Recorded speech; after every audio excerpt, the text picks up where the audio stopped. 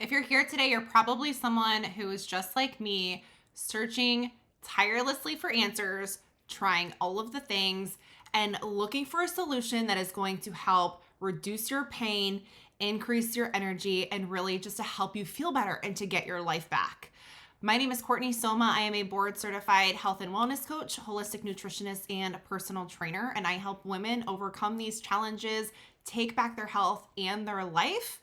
And I'm here to share what I know with you today. So without further ado, we're going to uncover 5 healing myths that we often encounter on our journey, and we're going to bust those. And just for a little bit of context, women that come to me aren't beginners. They're women that have tried multiple diets. They've seen multiple specialists. They've had conventional lab tests, and they've even gone out to the functional and naturopathy realm, and they've had possibly thousands of dollars worth of lab tests and supplements.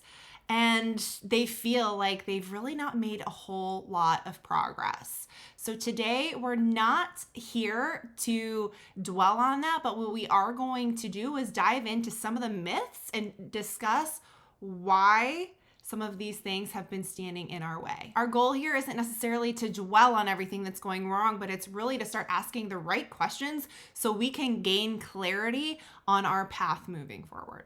Myth number 1, and I know I've talked about this in a couple previous videos. However, it is huge and it's something that is pervasive and it sounds great on the surface. And that myth is that if I just eat clean, my body will heal. That will be enough. And I understand why this is something that makes complete sense, but it doesn't always execute well. And here is why.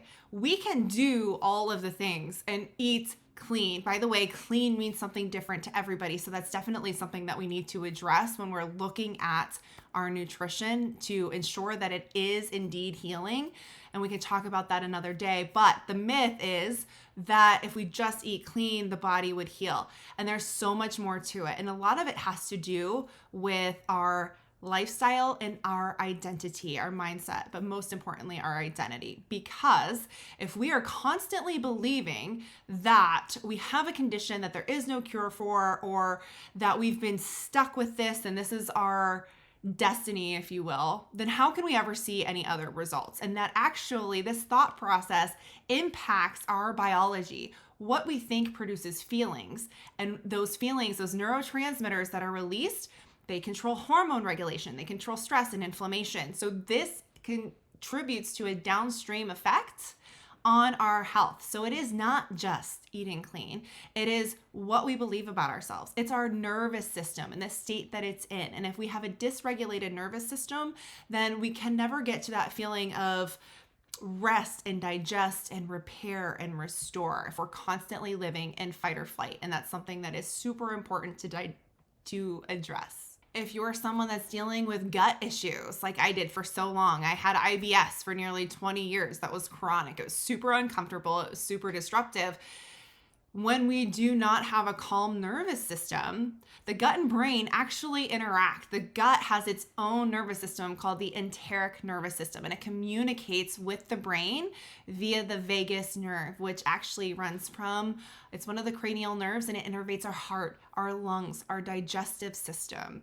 So you might notice you can eat healthy, clean foods, but you're still having digestive upset, and it's in part could be the nervous system, but also in part could be the microbiome and the food that we're eating. So it's not a complete picture to just look at the food and call it a day. The nutrition is so important and it is one of my vitality pillars, but it is not the full picture. It's not just a better food list or only focusing on things that we eat. It's about creating an internal environment that truly supports healing and removing us from fight or flight and putting us into a rest and digest state. This is where the body begins to heal and to make real progress. Myth number 2 is believing that we just need to cut out certain foods and our bodies will begin to heal. And this is something that has been pervasive for me, and I know that we can get really caught up in it. Now, there are some foods that can contribute more to inflammation. We see the science and we see it in anecdotal evidence as well. There are foods that should not be part of our nutrition plan, especially if we're looking to heal. Plain and simple. There's no way around it. However, there's a mindset shift here because it's not just about eliminating certain foods that we believe to be problematic or taking a food sensitivity test and eliminating everything that comes back with a sensitivity on there. There's a lot of nuance to that and some things that aren't quite reliable. What we need to focus on is nourishing the body. So often we are focused on restriction rather than abundance, and we're focused on all the things that we can't have, and this leads to chronic overwhelm, stress, anxiety, increased cortisol, and this really further dysregulates our nervous system. So instead of focusing on all of the things that maybe we shouldn't have, what we should be focusing on are all of the healing foods that we can incorporate, that we can enjoy, that we can love, and that are going to love our bodies back. It is not just about eliminating food.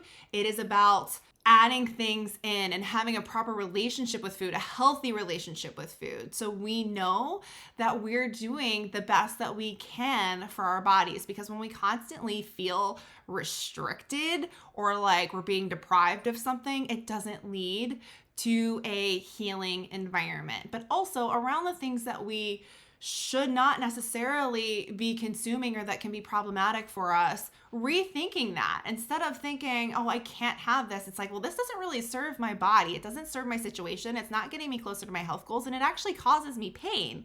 So I'm actually better off by serving my body with these foods that are going to actively help my body heal, that are going to support the internal system. So it's not just about let's eliminate, let's remove. It's our mindset around these things, as well as what are we nourishing our bodies with on a regular basis. The other caveat that I want to add to that is a lot of us think that there's foods that don't agree with us and that we should eliminate those. And we run into trouble with this because there are a lot of really healthy healing foods that people eliminate because they think it doesn't agree with them. And just because something doesn't agree with us doesn't mean that we shouldn't have them. It might mean that our digestion needs to be strengthened, that we really need to focus on our gut health, that we need to increase our hydrochloric acid in the stomach, that we need to focus on microbiome diversity, feeding all of those good little gut bugs in our stomach so we can have less discomfort, right? And I'll tell you a story about me. Like, I used to not be able to eat any beans, chickpeas, any type of beans. I could have a few chickpeas on a salad and that was about it. It wasn't that they were bad for me or that they didn't agree with me, is that my digestion was so poor that it gave me flare-ups. I didn't have the microbiome necessary to help break down these foods and fuel my health. Now that's not an issue. It's not a problem because I've restored my digestion and I don't struggle with IBS anymore. So that is something else that we fall into a trap of. We think, well, these foods don't agree with me. It's like, well, how can we position ourselves and our nutrition so that we can strengthen our digestion and improve our gut health, and not only just improve our digestion and our comfortability with that, but with strong gut health comes a stronger immune system, comes a better mood, all of these different things that have a downstream positive effect because we focused on healing the gut. Myth number 3 is thinking that supplements are going to fix our problem. If we find the right supplement stack, our health is going to improve. And this is a huge problem because this is not fixing what's going on internally, right? Not that we need to be fixed, but supplements are meant to support, not replace or fix, okay?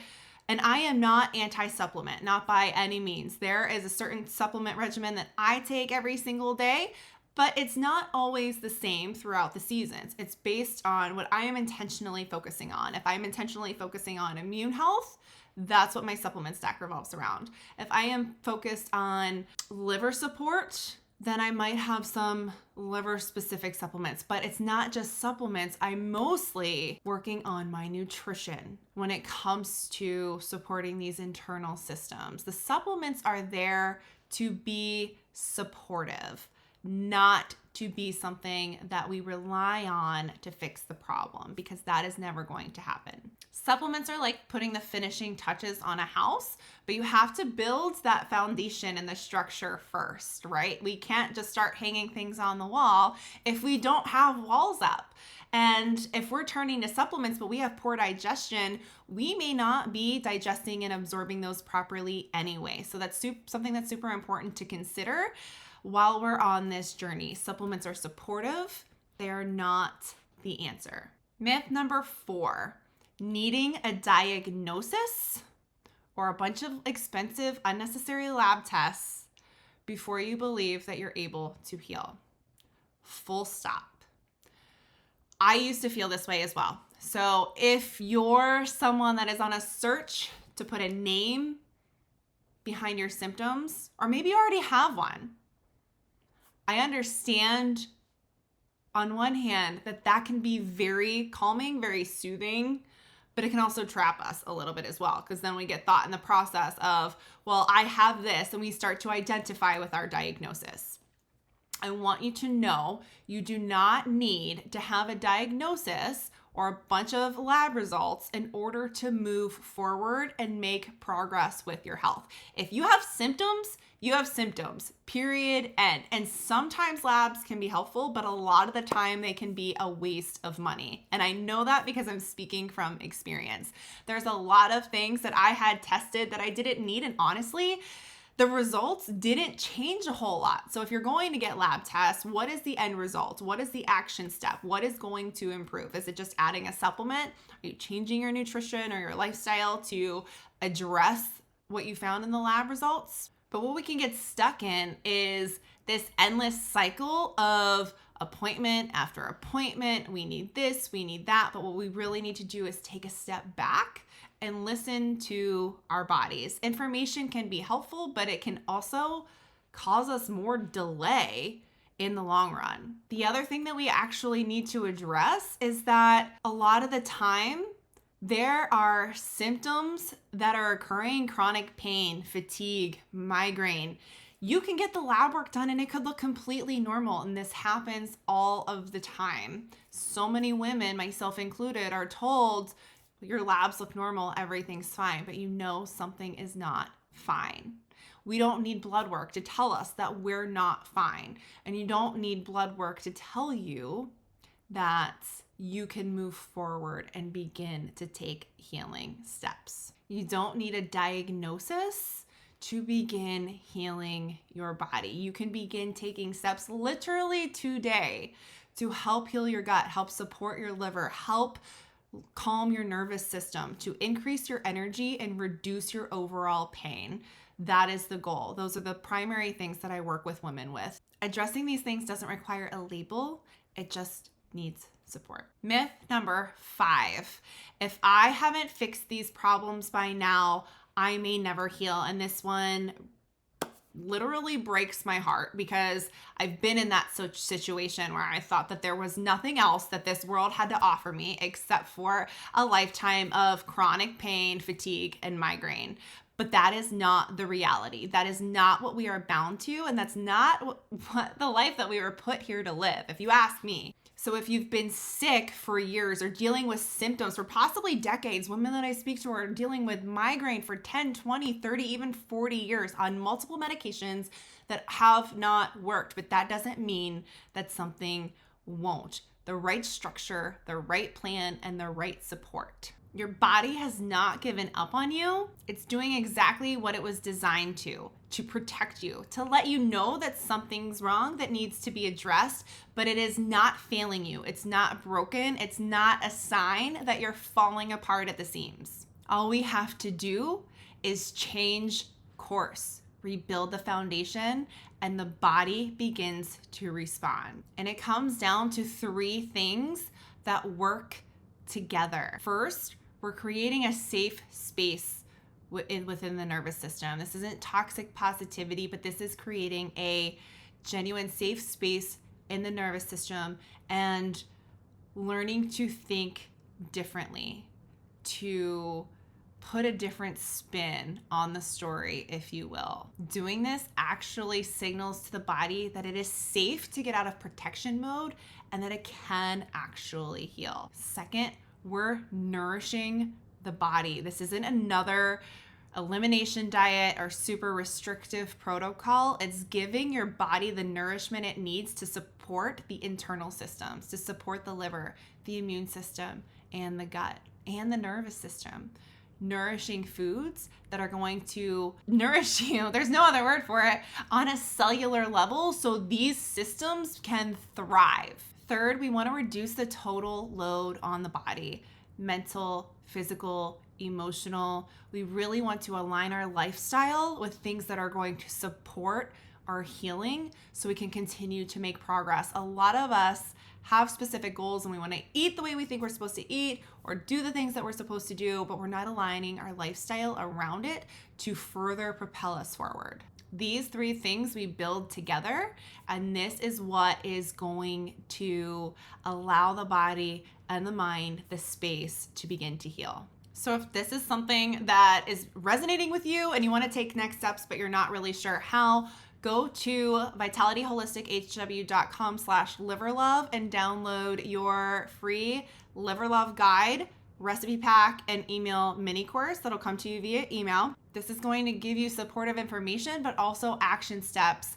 and delicious meals that you can add to your daily routine that are going to support your internal systems, in particular your liver, because it does so much for us and it really is involved in so many systems. It's involved in chronic pain, it's involved in the immune system, it's involved in digestion. It really is the cornerstone to our health. So go ahead and snag that. I'll also post the link in the description below. If you snagged it, give this video a like. Let me know what you thought about it in the comments. When you're done with that, make sure to come back for video 4, where we're going to talk about what healing actually looks like in practice and what it can look like for you.